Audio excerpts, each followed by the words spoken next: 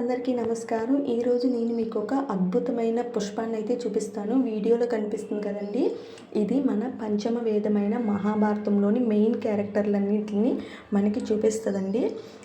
వీడియోని లాస్ట్ వరకు చూడండి, చాలా ఇంట్రెస్టింగ్గా ఉంటుంది.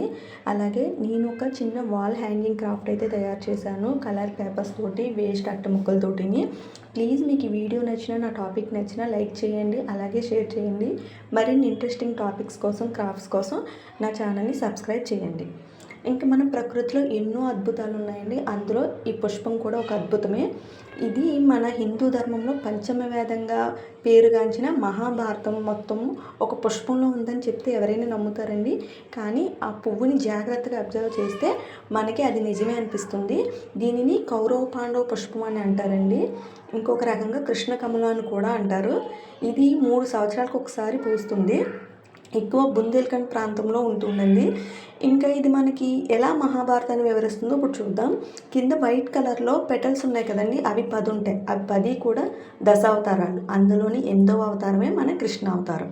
ఇంకా దానిపైన వైలెట్ కలర్లో సన్నని తీగ వంటి పెటల్స్ ఉన్నాయి కదండి, అవి అక్షరాల 100 ఉంటాయి. 100 అంటే మన కౌరవుల సంఖ్య.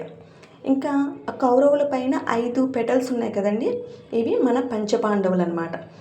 ఆ పంచపాండవులు అదే 5 రెక్కల పైన ఆ 3 రెక్కలు ఉన్నాయి కదా, వాటిని బ్రహ్మ విష్ణు మహేశ్వరులుగా అభివర్ణిస్తారు.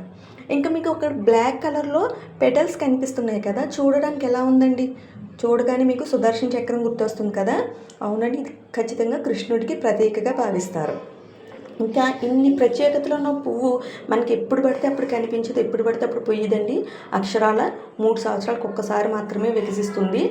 ఇంకా ఇది వికసించిందంటే రీసెంట్ టైంలో కృష్ణ కమలాన్ని UN మాజీ అసిస్టెంట్ సెక్రటరీ జనరల్ లక్ష్మీ ఎం పూరి గారు తన ట్విట్టర్ ఖాతాలో షేర్ చేశారండి. ఎలా అంటే హిమాచల్ ప్రదేశ్లోని కౌసాలీపట్నంలో ఇది వికసించిందంట. దాంతో వెంటనే ఆమె షేర్ చేశారు. ఆమె ఒక మంచి కోట్ కూడా షేర్ చేశారండి. ఒక పువ్వు అద్భుతాన్ని స్పష్టంగా చూడగలిగితే మన జీవితమే మారిపోతుందన్న బుద్ధుడి సూక్తిని లక్ష్మి గారు ఈ ఫోటోకి జోడించారన్నమాట. ఇంక మనకి కృష్ణ కమలాలు ముందే చెప్పినట్టు బుందేల్ఖండ్ ప్రాంతంలో ఎక్కువగా ఉంటాయండి. ఇంక చుట్టుపక్కల ప్రాంతాల్లో కూడా ఎక్కువగానే కనిపిస్తూ ఉంటాయి.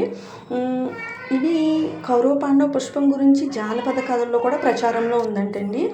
నాకు చాలా ఇంట్రెస్టింగ్గా అనిపించింది ఇది చదువుతున్నప్పుడు. మీకు ఎలా అనిపించిందో కామెంట్ సెక్షన్లో కమెంట్ చేయండి. నేను వాయిస్ ఇస్తున్నప్పుడు చుట్టుపక్కల పిల్లలు ఎక్కువ గోల్ చేస్తూ ఉంటున్నారు. నాకు వేరే ఆప్షన్ అయితే ఉండట్లేదు. సో కొంచెం డిస్టర్బెన్స్గా ఉంటే ఏమనుకోవద్దు. ప్లీజ్ నా వీడియోస్ని మాత్రం షేర్ చేసి, లైక్ చేసి ఎంకరేజ్ చేయండి. ఇంకా నేను చేసిన ఈ క్రాఫ్ట్ అయితే నాకు బాగానే చేశాను అనిపించింది, కానీ లాస్ట్లో మాత్రం ఆ ప్లెయిన్గా వదిలేయడం నచ్చక కొంచెం డిజైన్ కూడా ఇచ్చానండి. మీకు ఓవరాల్గా నేను చెప్పిన కంటెంటు, అలాగే నేను చేసిన క్రాఫ్ట్ ఎలా ఉందో ప్లీజ్ కమెంట్ సెక్షన్లో కమెంట్ చేయండి. ఏమైనా క్రాఫ్ట్స్ కూడా ట్రై చేయండి అని చెప్పడానికి కూడా కమెంట్ సెక్షన్లో మీరు పోస్ట్ చేస్తే నేను ట్రై చేస్తాను. Thanks for watching. Please support me.